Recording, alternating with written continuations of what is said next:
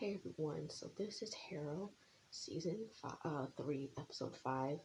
Um, Sorry if I pronounced this title wrong, but Oot, Biberent, Quoniam, Esse, Nollent, which is, translates to let them drink since they won't eat. So, essentially, this, this, case this individual case that they have deals with two kids having died who were boyfriend and girlfriend, both 17 years old. And so it was believed essentially that she was drunk because, she was found at school, just randomly, appearing drunk um, and all that. So, um,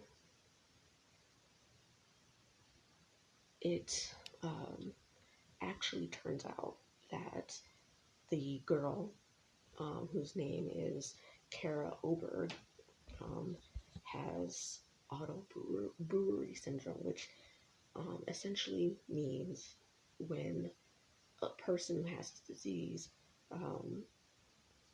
is eating sugary foods or carbohydrates, their body turns those two particular things into ethanol and causes them to become drunk without actually having drank alcohol.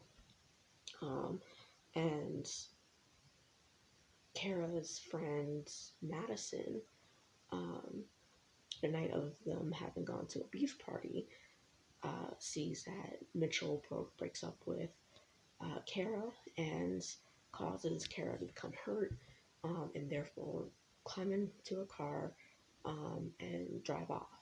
But what Kara doesn't realize is that Kara or Mitchell had laid down behind her car and fallen asleep.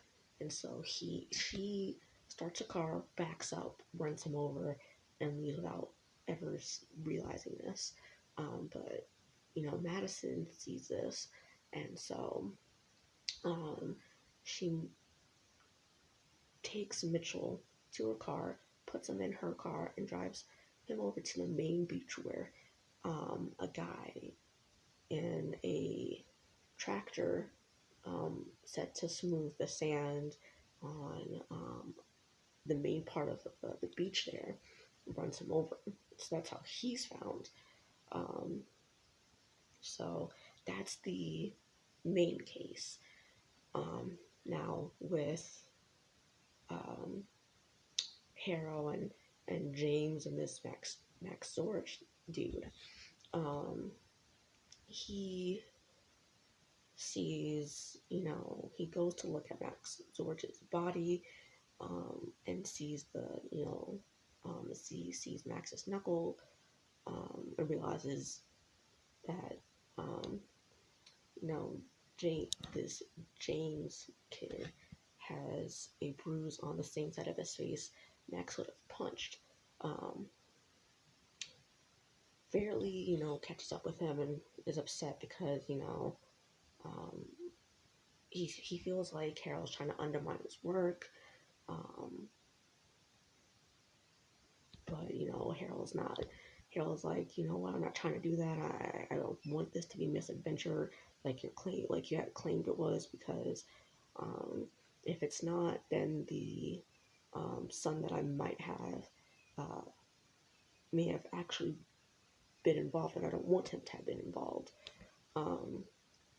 So while all this is going on, like the Max Zorch second autopsy being run, and Harold dealing with the two 17-year-olds having died. James is showing up at Fern's house to, or is trying to manipulate Fern, and he actually causes her to become part of a fraud that he is doing, by having her use the credit card that she has to buy, a phone so that he can, I guess, sell it right back, to the store, I guess, to claim that it doesn't work or whatever, or he accidentally bought it or something, and then that way he can get, money back or something like that. That's what it seems like. And you know,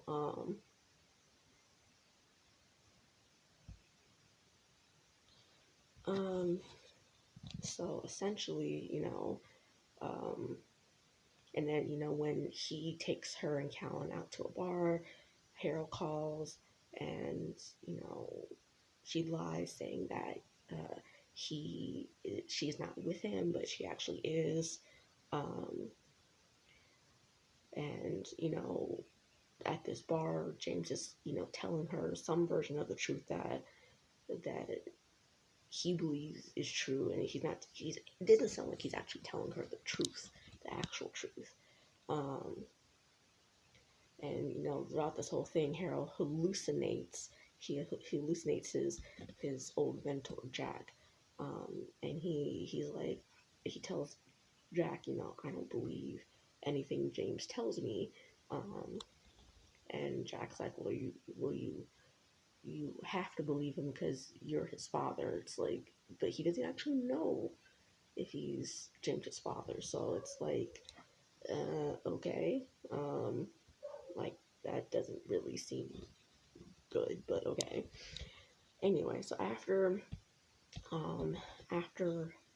having solved, Kara of Mitchell's case, um, he's about to, go out for drinks with Grace, and self-invited Fairly, um,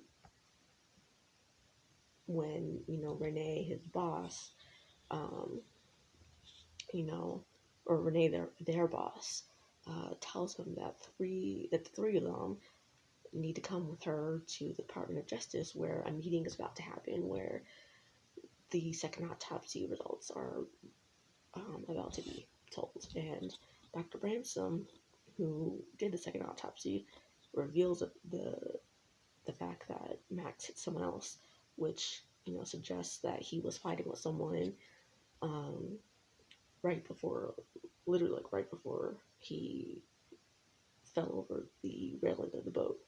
Um, and after this meeting, Nichols tells Harrow, you know what, I believe that the person,